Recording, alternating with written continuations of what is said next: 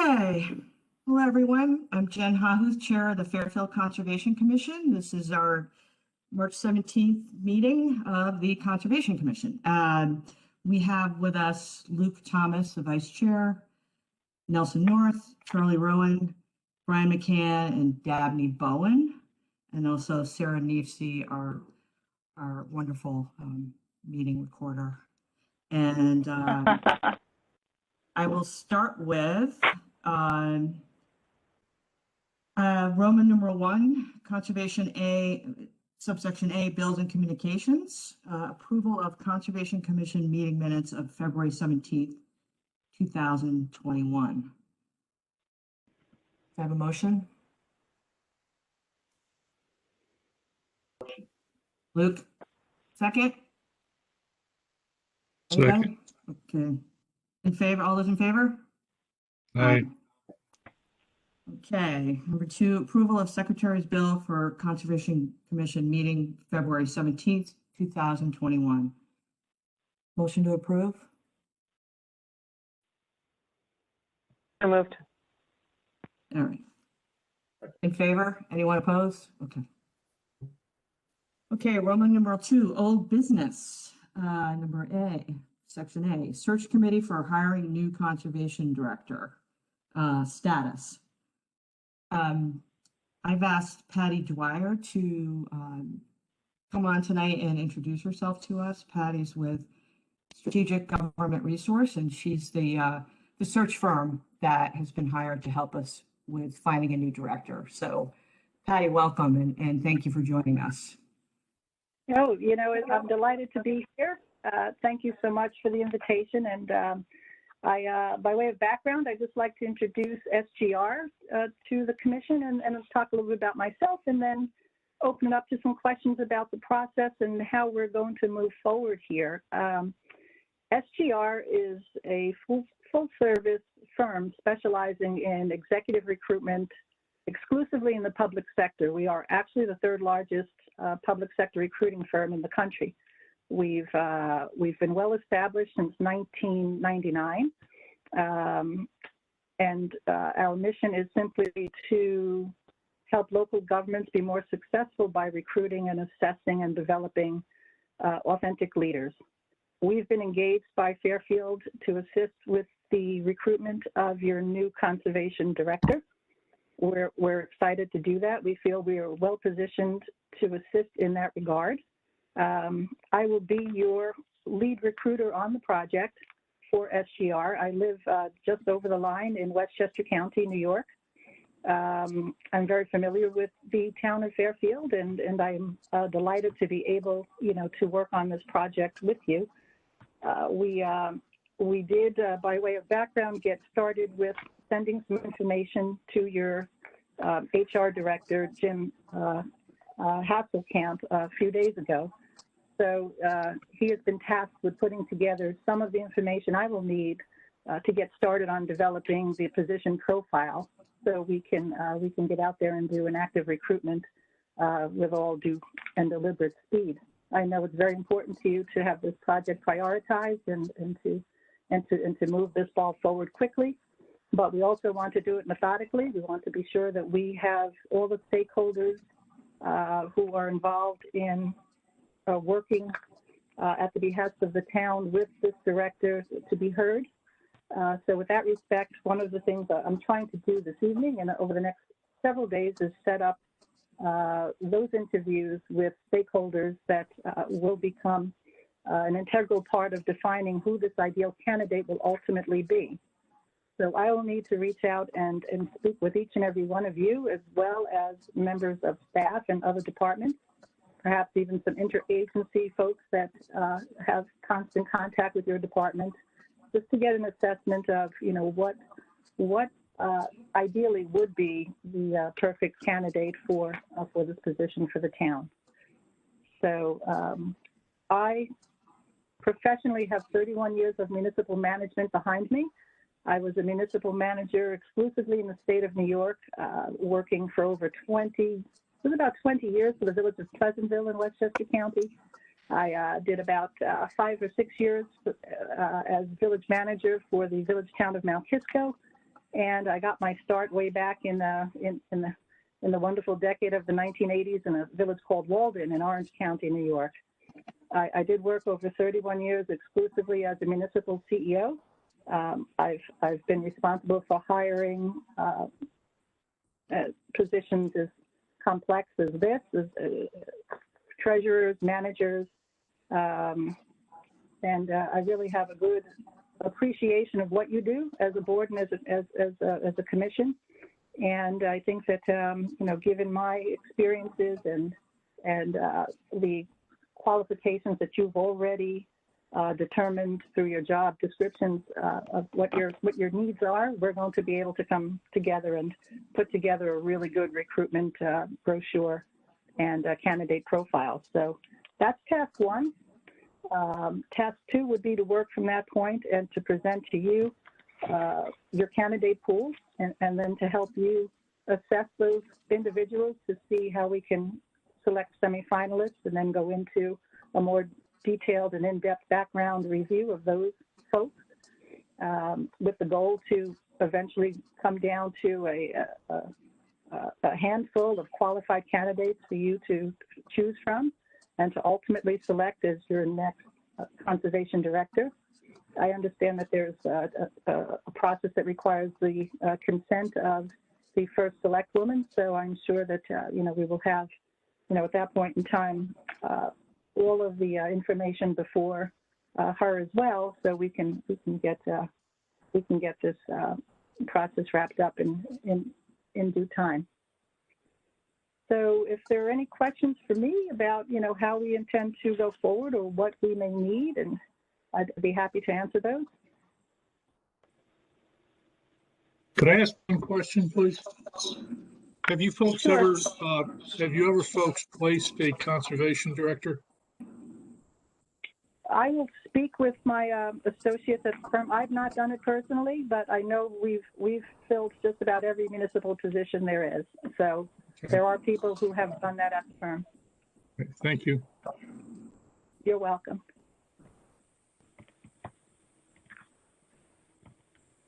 Anybody else?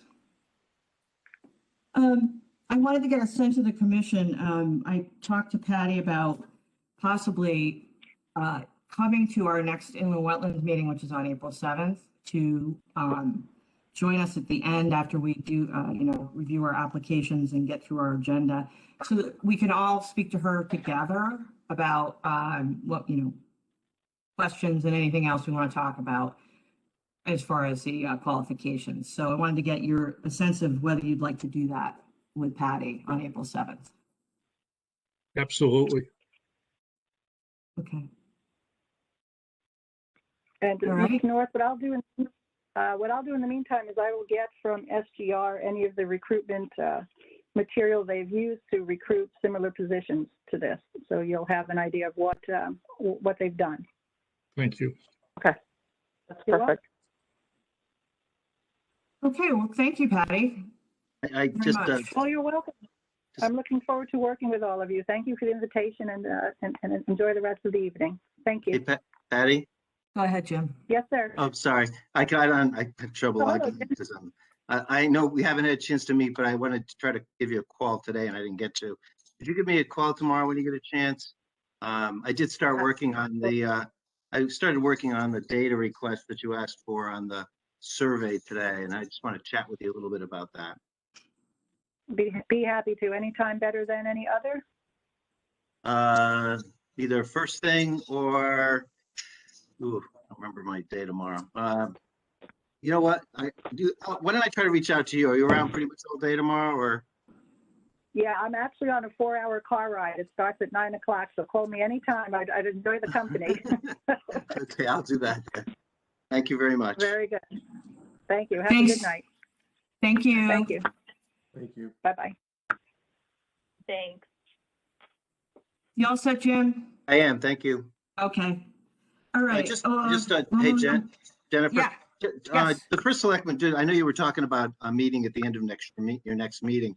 There was a discussion I had with Brenda about external stakeholders and a potential process where we would identify potential groups that we think might want input. and then sort of schedule maybe them all at once in some format, so we don't have 75 different meetings. So I would like offline to talk to you about, I can't remember who's on your subcommittee, the process to deal with some of the external groups that may want to have some discussions with the recruiter about the ideal candidate. Absolutely. It's Dabney, Kevin Gumper, and I, and definitely the environmental groups and for instance. Okay, we can yes. chat offline. I knew just Brenda mentioned that to me today. And I wanted to set up some structure around that. Okay, great. Thank you. Yeah, bye-bye. Thanks. Okay, Roman numeral 2, old business, subsection B, Conservation Commission 2021-2022 budget request status. I don't know if anyone has anything on that, but we put it on here. The budget is now with the Board of Finance and they're going to vote on, I believe, on the 31st, the budget. So it's still moving through. Go ahead, Luke. Sorry, I was muted. Is there any indication of any changes as it went through the process? I know at the last meeting there was reductions in certain areas, employee payments and things. I'm just wondering if there's any modifications as it went through the process. As to us, I don't think so, but I don't, was anyone on the last review?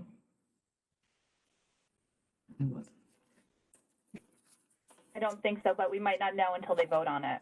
Right. Okay, So, thank you. Okay. All right, moving on, subsection C, deep notice of tentative determination to approve an application for consumptive diversion of water permit and notice of informational hearing, Aquarian Water Company of Connecticut, application number DIVC-2022-004971 status.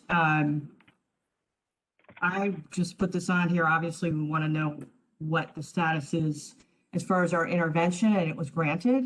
In case you don't know, all of the documents that are public record are on our inland wetland website. Sarah put them on in the last couple of days.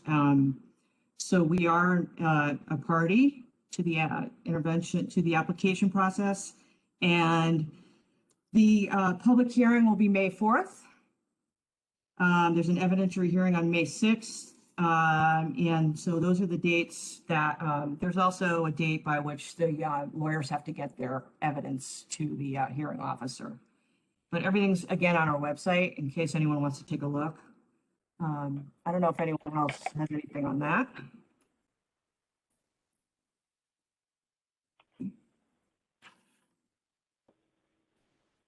All right, questions? All right, Roman numeral 3, new business. TPC referral, subdivision, open space set aside, 1143, 1155 Sasco Hill Road. Attorney Russo, will you be speaking for? Chair, actually, Attorney Rizzio is going to be speaking. Can I ask that he's unavailable just for a second. Could we go after the next item? Is it possible just to Sure. defer to after the next item? Sorry about that. It's okay.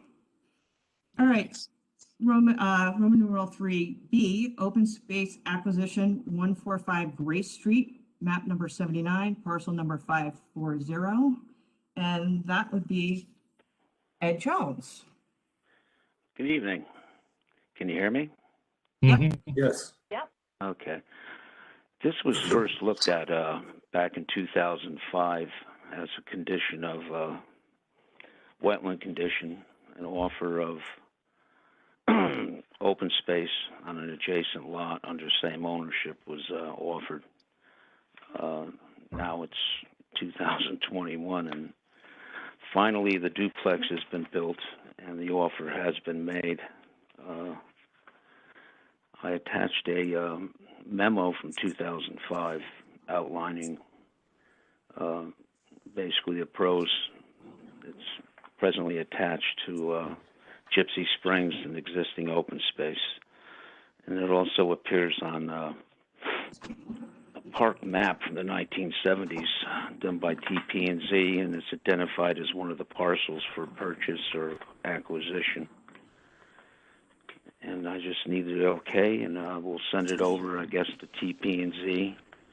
And it goes to the Board of Selectmen, and then on to the RTM for acceptance of the parcel. Any questions?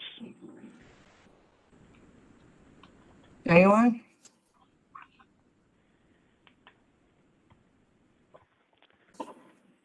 Makes sense to me. Somebody want to make a motion to approve the acceptance of, what do we call it, Ed? Do we call it 145 Gray Street, or do we call it identification Yeah, number that's the 13? address. Okay, That's the address of the parcel is 145.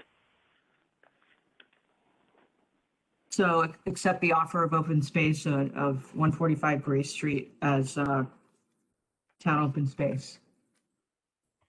I'll make a motion that we accept new business number B, letter B, open space acquisition of 145 Gray Street, map number 79, parcel number 450. A Is second. there a discussion?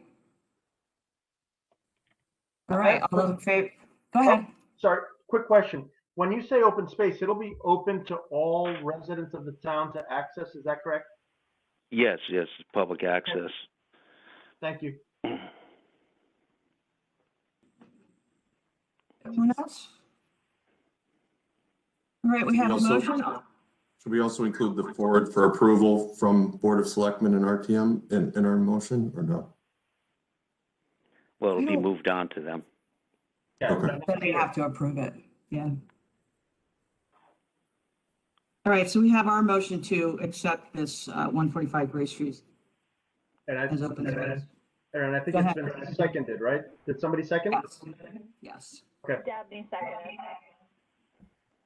All those in favor? All right. Opposed? All right, thank you, Ed. Okay, you ready, Mr. Russo? Attorney Russo, sorry. Yeah, we can. Yes. You want to go do other, we can go on and do, Yeah, if you could, that'd be great. Sorry, he's just coming in right now. Sorry. it's okay. All right, Roman numeral 4, informational conservation crew work summary. That's Ed again. Basically, it's just a mundane tasks that are day to day. There's nothing really special to add. It's just a lot of wind damaged trees on the open space and so forth that keep coming down. The ash trees, right? Ash, birch, everything. But yeah, the ash has been a real problem. There's a large die-off to the emerald ash borer. Okay. Attorney Rizzio?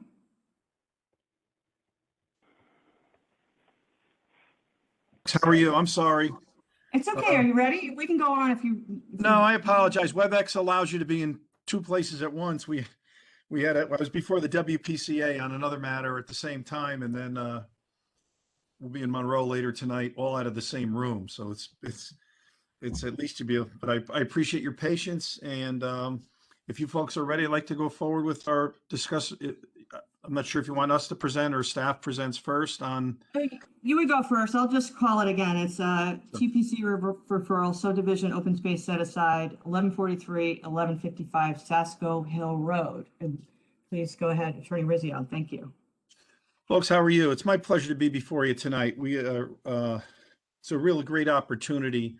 We have a client, 1143 Sasko Hill Road LLC, which is made up of some very significant local investors who would like to see this property preserved and maintained in a single-family residence.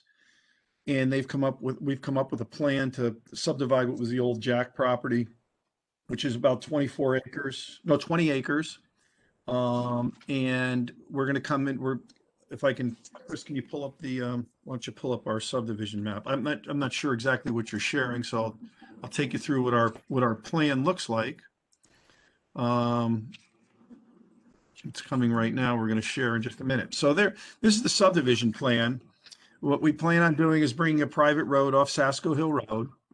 There'll be, you'll see, basically 7 lots. We're we're doing all we can to try and maintain the character of the property by trying to maintain the existing house, yet work within the setbacks and work within an existing conservation easement to the Aspetuck Land Trust. So currently, property's 20.03 acres and 6.4 acres are currently encumbered by a conservation easement to the Aspetuck Land Trust. Now, the reason we're requesting and then as you can see, the crosshatch, so the Aspetuck Land Trust is in gray. The crosshatched area is all the open space that we are proposing. What we thought it was significant to do was propose open space that protected, once again, the shoreline, but for the area, which I believe is, I think, lot 4, where the existing beach house is, and there's a dock there, and that's always been incorporated and allowed to be maintained and taken care of in accordance with the Aspetuck Land Trust Agreement. The reason we really do not want to do a fee in lieu, because we believe that really is double taxing, double hitting us. About a third of the property can't be developed right now, so 31% is covered by the easement to the land trust. Our open space to the town, we believe, will be much more restrictive. For example, the agreement with the land trust allows our client, for example, to put a helipad anywhere within the land, within the property. We can construct impervious walkways. We can install any kind of fencing, lawn, anything else that we need. We have the ability to put small temporary buildings, large tents up, things like that, install septic systems, and believe it or not, even graze livestock. We believe that the open space easement, what it would do is have a significant effect of protecting the shoreline, even more so than is currently in place. And we think that it would be very valuable. What's interesting also is, and Chris, if you can bring in, if we can show you some of the pictures of this area. Hey, Chris, we're going to share these pictures also now. So we've got a bunch of pictures to show you what we're talking about. I'm not sure if all of you have walked this area, but this area is accessed basically from along the beach on South Pine Creek. So there is public access along the front of these properties along the beachfront. So as you can see, our property starts with the rocks, what we will call the revetment. And where you see the high grass, that is pursuant to an old conservation easement, a wetlands approval in 2008. We created, the previous owner created a bird habitat. There's all sorts of birds' nests there. There's a lot of birds that are starting to habitat there, and it's become a place of refuge for the birds. This revetment pretty much wraps all the way around, and when you get around the corner of the property, you end up with basically a very steep cliff. So this area where the sand area is in front of the revetment is where basically all the shellfish beds are, so that people who want to look for any kind of shellfish, they can access this area from Sasko Hill, from basically the road that leads into Sasko Beach. And this is the revetment that basically goes all around the property.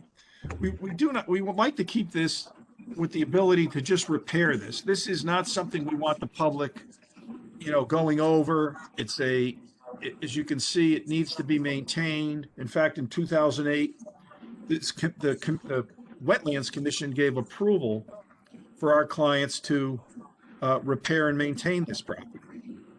Now, we believe, and this is the boathouse. As you can see, the existing walls, the land there's a clear demarcation, there's concrete structures, and all of basically that is the area that you're seeing in front of those trees and where that stone wall is all public land.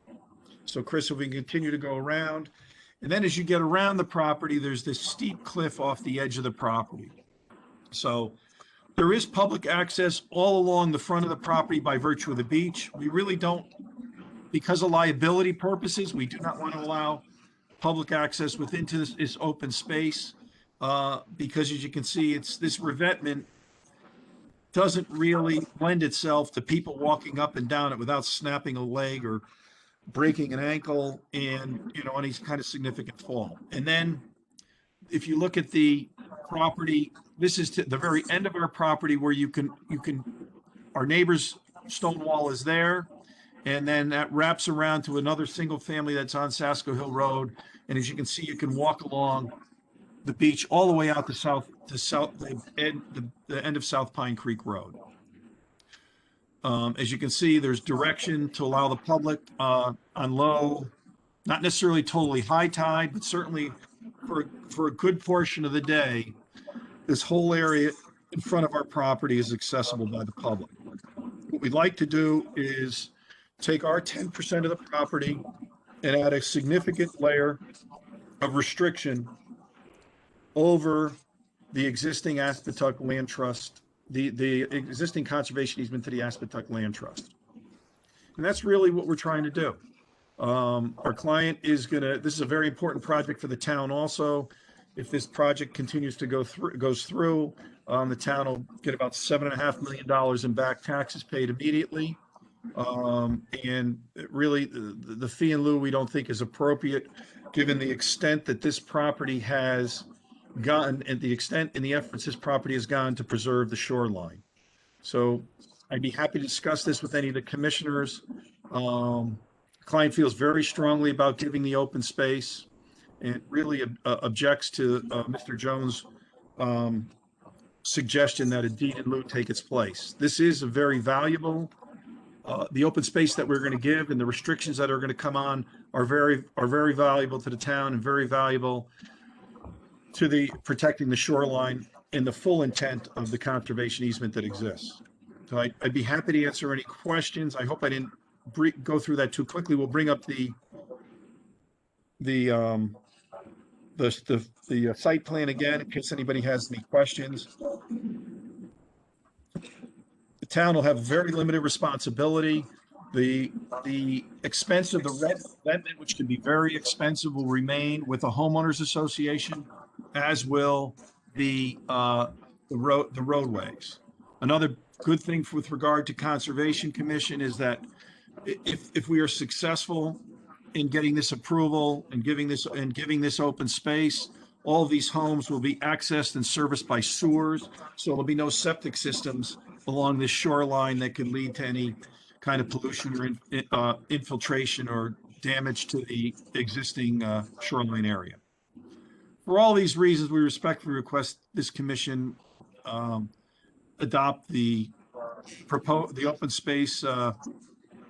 The open space is proposed on our plan and give it a positive referral to the Planning and Zoning Commission.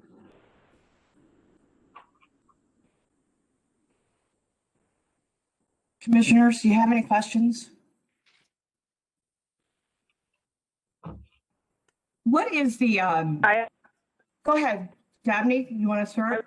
I just want to confirm lot 4 is the existing home, what was home, correct? No. So lot 4, here's what happens. Lot 2 is the existing home. Lot 4 contains the exist. So when you look along the shoreline, you see that the brick beach house. Yeah. The brick and stone beach the boathouse. Okay. That will be on its own lot from now on. Okay. So if you can see, that's lot 4. So how many existing structures remain? Currently, there are, I believe, three homes and a boathouse on the property. If you look at lot number 3, there's a one-story residence that will come down, not architecturally significant at all. On lot number 2, there's the large, historic, mansion, large home, main house, and then there's a guest residence on lot 7. And then there's also, I apologize, there's also a gatehouse on lot 1. That will come down. Okay.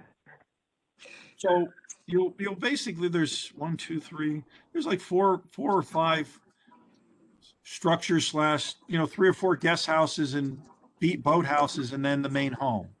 And,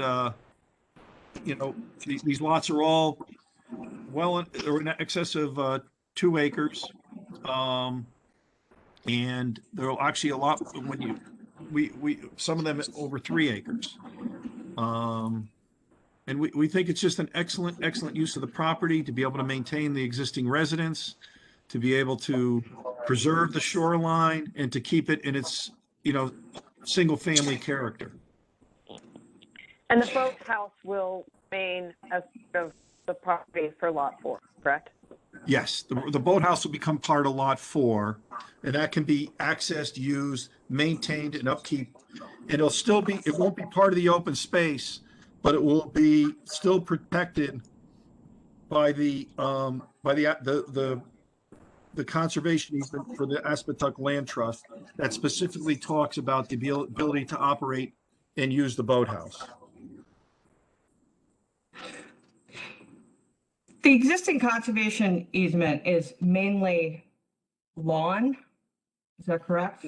Well, you can grow lawn, you can put fences, you can put temporary structures. Currently, it's mostly lawn. We can put pools in there. There's some pool utilities in there that'll be removed. And then there's some wetlands in there. And what you'll see is the wetlands in the lower part are deep. There's a demarcation of a bunch of boulders there to show where the wetlands are, so they're not disturbed. And what you see in the wider circle is the upland review area. And the public will not gain any access to this property for recreational purposes. No, the public has access to everything below the revetment. That's state law. Correct. But they will not have public access to this property.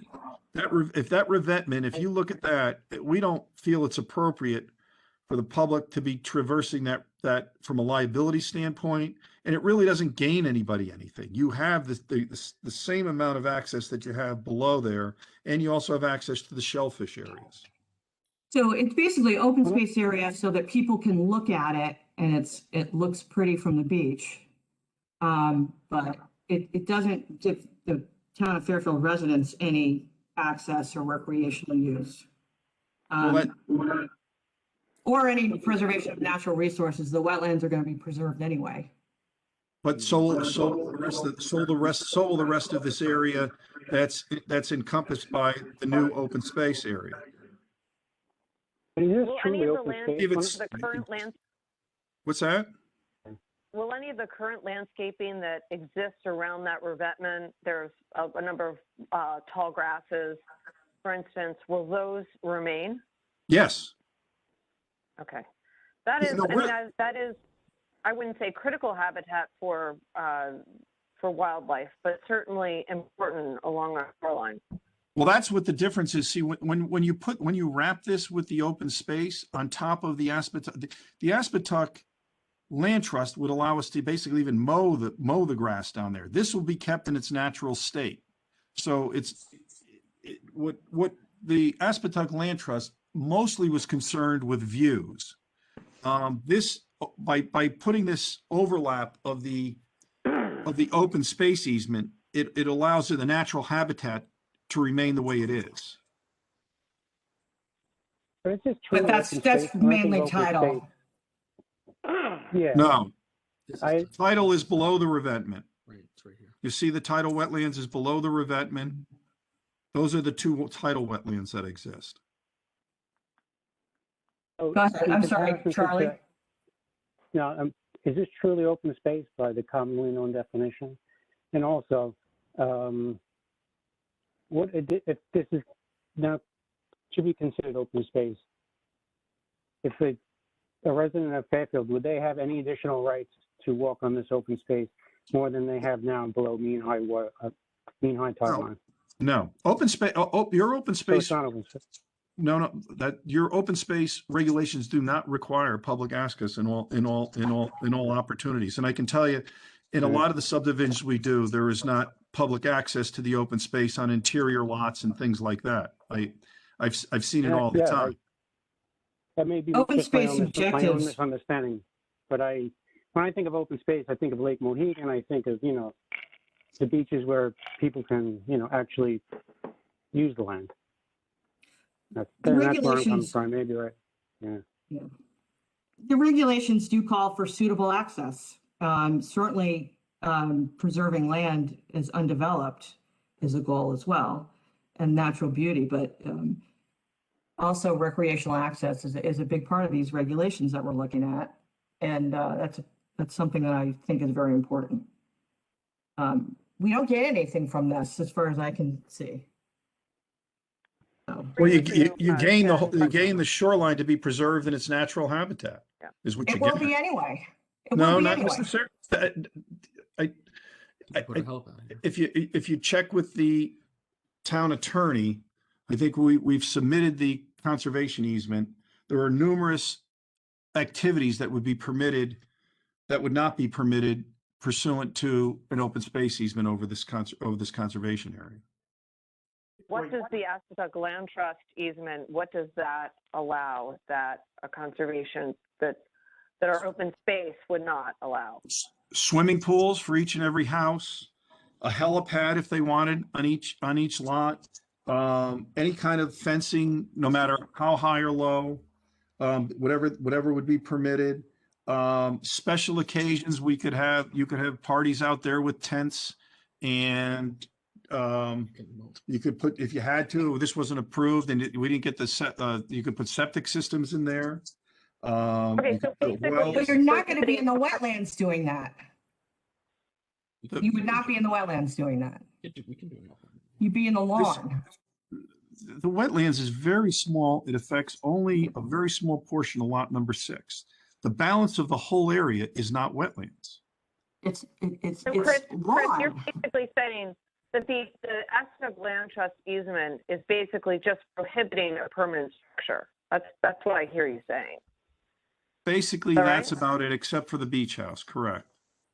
Otherwise, we could put temporary structures up there. You could basically, there's a lot that you can do, which would be a lot less restrictive than the open space easement. I will say this much, I have traversed that area many, many times. And I can say that when it is not low tide, it's quite dangerous. I mean, I can do it and the kids can do it, but I could see how a kid could snap an ankle very easily walking across that. I will also say that those tall grasses that are along that revetment are important to wildlife, our shorebirds especially. For whatever it's worth, I think that needs to be considered as well. We do have open spaces that they are open to the public, but they are not necessarily accessible to the public because they don't have trails or there's no parking.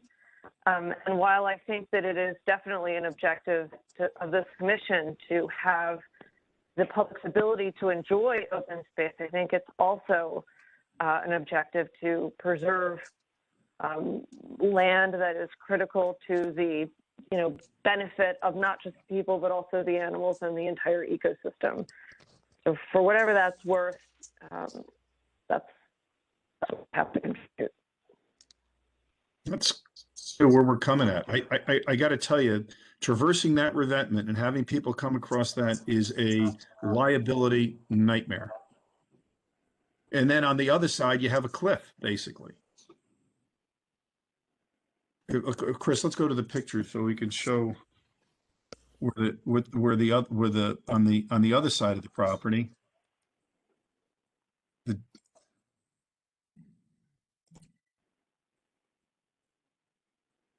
So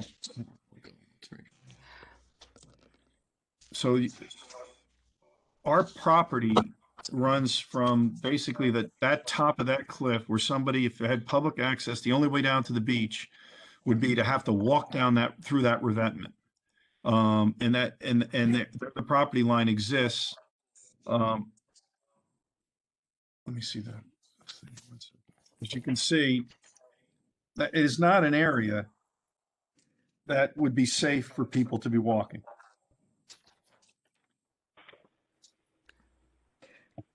So therefore, Okay. we think it's most important to preserve what, yeah, and only preserve what's thought of by the Aspetuck Land Trust, but then also to enhance it in the areas that you can see with these grass, the bird habitat, all the natural grasses that there's no restriction that any of that stuff being cut down. There's some of the there's birdhouses all throughout that area. If you liked, we could certainly even and continue to enhance that within the open space area.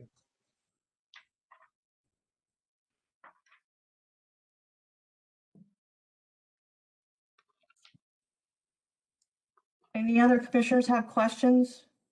Attorney Russo, can you tell me what, I'm sorry? Rizio. It's Oh, sorry, Rizio. sorry. Yeah. I got jumping back and forth between hearings, so I apologize for. He's much better looking than me. So What would the payment and fee in lieu of open space be? What's the calculation? Do you have that handy? probably over $1 million. Okay. And and that is something that would jeopardize this deal, to be honest with you. And we've spent a lot of time trying to design this to preserve it in the best manner we can, with not overburdening the lots, keeping the single family,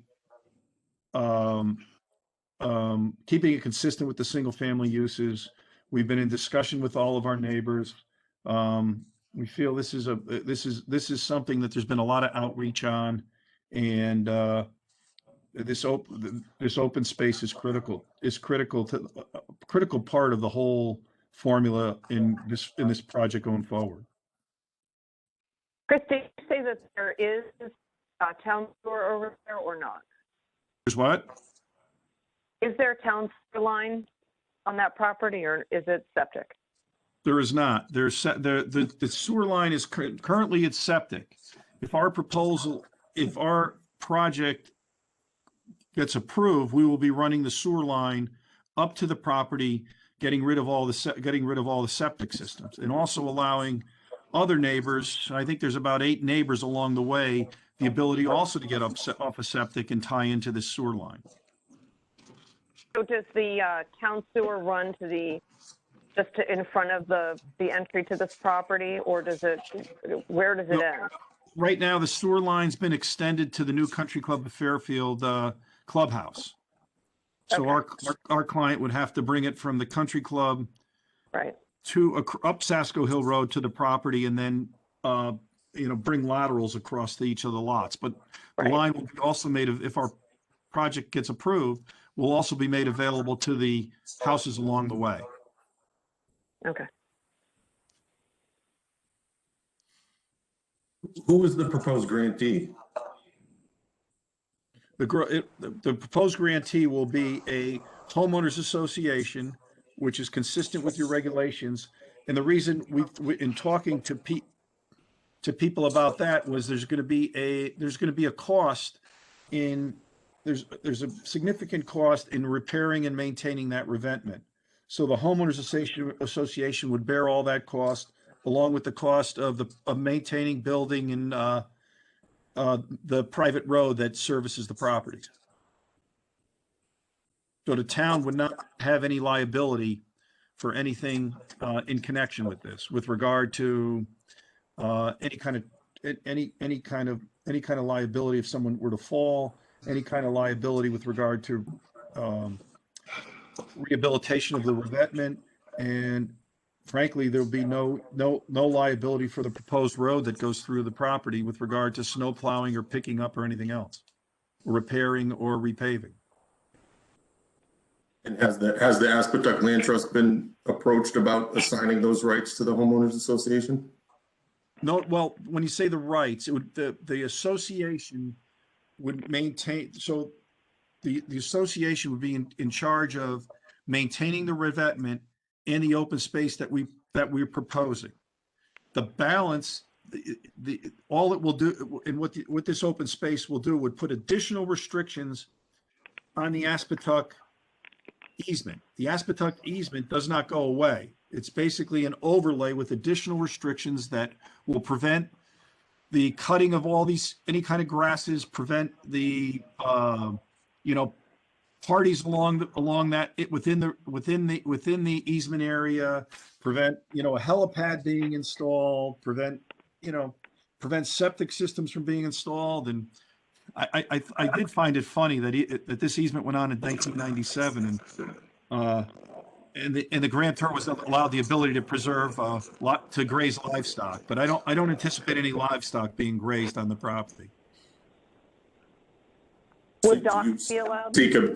Sorry. Do you anticipate seeking that permission from the current grantee, or no? You don't think that it's appropriate? We don't need their permission to lay additional restrictions over the property. We would need their permission if we were looking to put a permanent structure within the easement area. The only structure that is exempted from that is the boathouse, which has been there for 50, 75 years. So what we're doing is laying another level of restriction over this shoreline area. Just the shoreline area. The rest of it, you'd be able to do what was in the conservation easement. Correct. But it would be east of the shoreline area, but still encumbered by the easement till you got to where the lot lines are. Does that make sense? Yeah. I mean, I think it's important to know. I mean, this is probably one of the properties in town that has the most protected property in town. I think it was Mrs. Regal who put this on back in 1995, tremendous foresight of stepping up when there was not this open space ability to give open space or pay a deed of open space. She eliminated that ability. However, she did give the owners a significant amount of leeway. So we're taking away a bit of that leeway, and over a third of this property won't be developed with permanent structures, which I don't know of anywhere, and that's all upland, which except for a very small wetland. So, well, I think the town and the private parties have really stepped up and done their job with regard to this property. It's very unusual for a property of this value, of this size, and this shape to have these type of encumbrances, and I think we're lucky to be the beneficiaries of it. And our client's willing to put additional restrictions above and beyond what already exists on the property.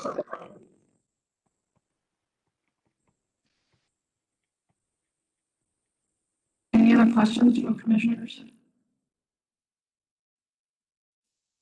Mr. Jones?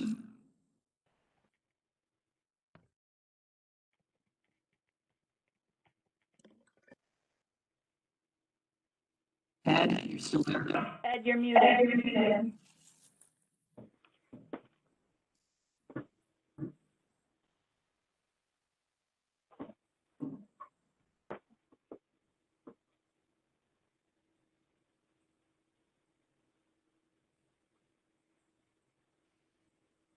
Can you hear me? Yes. All right. Sorry about that. I'm a little ignorant on this. It's not much more I can add than what Attorney Rizzio has. However, I just feel that the amount of restrictions on the property, the public would be better served with buying open space in a different part of town with a fee in lieu of. Of course, there's financial considerations, but I didn't do a financial analysis on this. That would be something for the TP&Z to consider.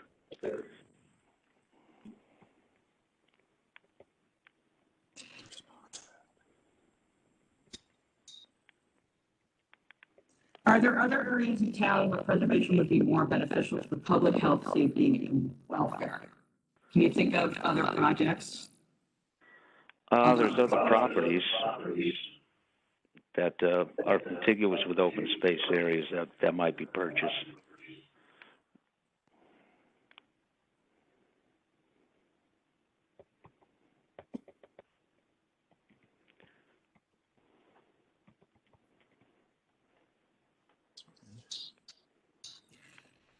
Anyone else have questions for Ed?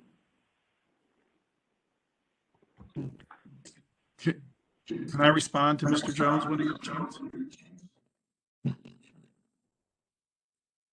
Yes, Chairman? Yes, sorry. Yeah, I find this is somebody, in this instance, really an unfair treatment to not only saddle the most protected and additionally protected property in town with almost an additional tax of $1 million when they're trying to make it even more restricted. It's just, I've been doing this 30 years. I find this probably to be one of the most sensitive developments we've ever done. You've got a project that is going to get rid of basically four septic systems on this property. You got a property that's going to put additional restrictions on it. You got a property that's going to allow 8 to 10 other houses to tie in and get rid of septic systems along the Sasko Hill Road corridor. They're willing to significantly restrict the property. A third of it is already partially protected. Now they're willing to make that 10% basically put to bed that nothing can happen on the 10% of the property. And then on top of that, we're gonna levy basically $1 million fine against them.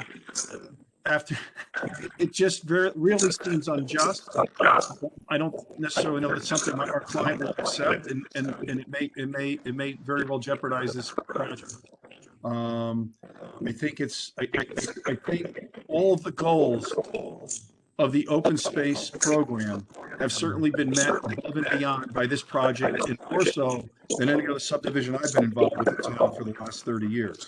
I don't know of another project that has, in effect, almost 30% of non-wetlands usable property and is willing to be restricted, and then take an additional, and then take 10% and then additional 1/3 of that 30% and restrict it so that nothing can be done. This is a very sensitive project. I respectfully request that the commission grant or give a positive referral to our open space plan to the P&Z. That's all I can say. I mean, it's been a lot of work. These people that are buying this property are very sensitive to the cause, and are very sensitive to maintain the pristine shoreline that currently exists along this area of Long Island Sound. And I think it's a unique opportunity, and I don't think it's something that, as I said, should be. It's almost being imposed as a fine, and I just don't think it's fair. And I think what's proposed is very valuable. I think it certainly benefits the public. I respectfully request you pass this on with a positive referral. And I thank you for your time. I don't mean to be emotional, but we do feel pretty strongly about this, and this is just such a unique opportunity for this area. All right, well, I think for us to go into discussion, we need a motion. I think the motion is to get started is a motion to approve Ed Jones's suggestion or proposal that we accept a fee in lieu of land under section 2.3.8 of the town subdivision regulations to get us started, and we can discuss. Do I have a motion? Jen, I'm sorry. I didn't hear that clearly. What is the motion? Well, I think we have to have a motion to start discussion, and the motion would be to, I believe, it's a positive motion to accept Edward Jones's proposal that we accept a fee in lieu of land under the town subdivision regulations, 2.3.8, which is at our sole discretion, and then we can go into discussion and vote on that motion. All right. for purposes of the motion, offer. Do I have a second?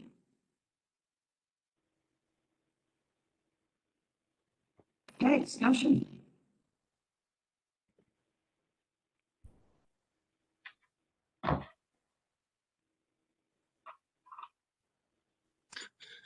I don't think it's fine. It's our sole discretion. The purpose of these regulations is for the town to receive at their sole discretion land that gives suitable access and also promotes the town master plan and provides recreation, greenbelt hiking.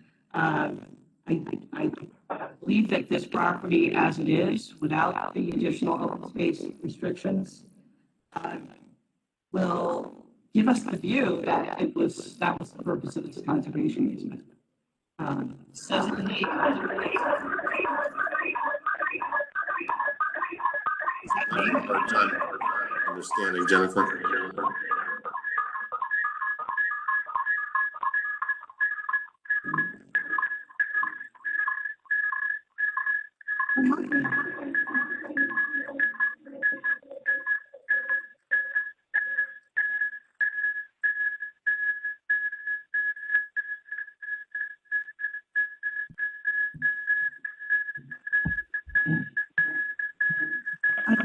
Anyway.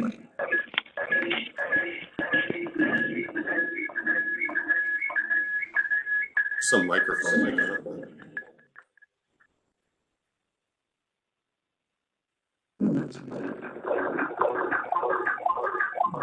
Stop talking.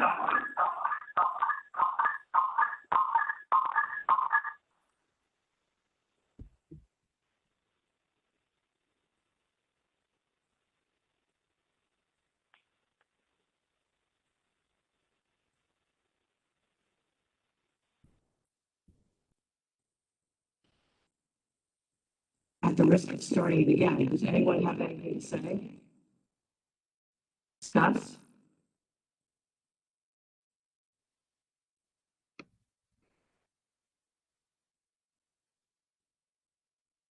Okay, do we want to vote?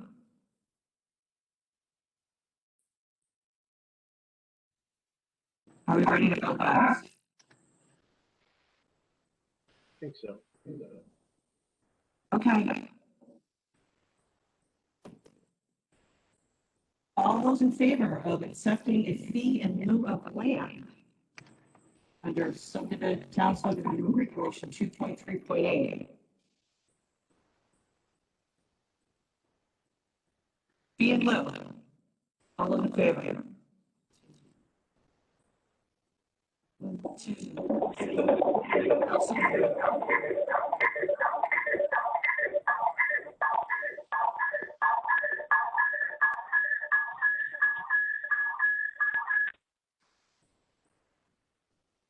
The motion carries. Dabney, how did you vote on that? Opposed. Okay.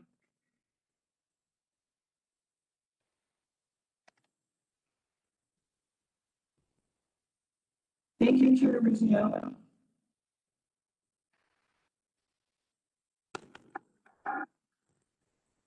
Sorry about that. I'm not me that's causing that problem.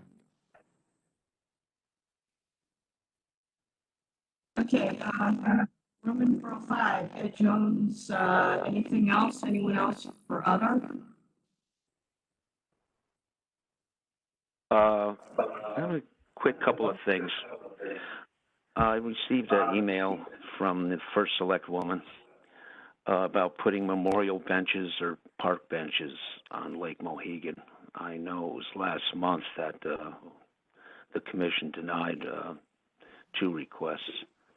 However, we had talked about the log benches that we can make and put them out there. I wouldn't recommend that they go to at the entrance because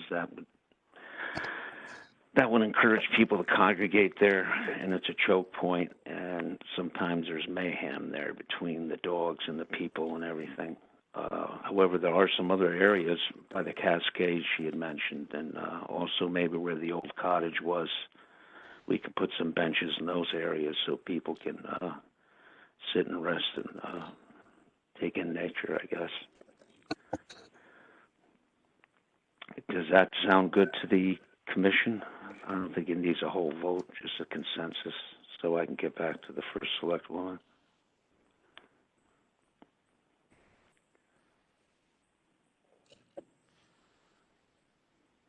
It's fine with me. You know that property very well and locations that would be appropriate for that. They're not plastic or memorial benches, right? They're just wood. And another issue was I was on a property today. It's where a previous homeowner had put a very large conservation easement on it. It encompasses wetlands and a small pond. The pond is man-made. It is silted in. It's basically the marsh is starting to encroach on it. This came to our attention because they had put in an application with Connecticut Deep, for application of aquicide, I guess you would say. That's basically a herbicide in the water to take care of milfoil and algae. It's a eutrophic situation. It's where they just get a huge bloom and it just turns into green the whole summer. They'd also like to take some invasives out of the marsh. They have some Phragmites, and there's some other stuff in there too. They're going to come through with a proposal, but I just wanted to get a feeling from the commission how they feel about this type of thing. I don't think it's going to change the area totally, but they may come in later for a dredge permit, which I might discourage, but they're also going to put an aerator in there. This occurs across town without knowledge of the Wetlands Agency. It's kind of hard to enforce. Ed, does the pond drain? The pond is, it's right next to, is that Oak Lawn Cemetery? This is on North Cedar. Okay. And there's an outflow structure. I didn't look at it closely, but it does drain, and it drains into a pipe that goes, I think, eventually over to Mill River. Okay. But I just don't want to lead the homeowner to go to any great expense. We will see an application come in. Yeah. That'll outline what's going to be done. Okay. The state permit, they really don't need inland wetlands. However, it is a conservation easement, so the Conservation Commission would have to approve the application of the herbicide. Okay. So the application is forthcoming. Yeah. Okay. It's a situation there really where, it's a real sink, I think, for all the lawns and the surrounding neighborhoods and so forth come down into their septic systems, etc. So it must be very high in nitrates. I should probably have them do a water sample to see what the actual levels are. Oh yeah. And geese, that the lawn was littered with that. Very nice property. I just don't want them to get too ahead of themselves or propose something that's totally inappropriate, if you will.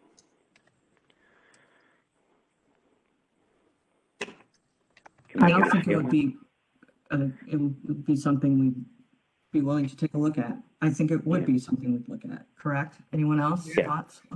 Yeah. Okay. Let's see. Very good. I believe that's everything that I might have at this point. Any other? Just real quick, I wanted, Megan Raymond is here from SLR tonight. So I know you guys met Matt Sanford, who was also here, but he was at the last inland wetland meeting. Megan was able to join us tonight. So she's here. So I just wanted to introduce her quick. Great, thanks, Sarah. I just wanted to introduce myself very briefly for you. Nice to meet you. My name's Megan Raymond. I'm a professional wetland scientist and registered soil scientist.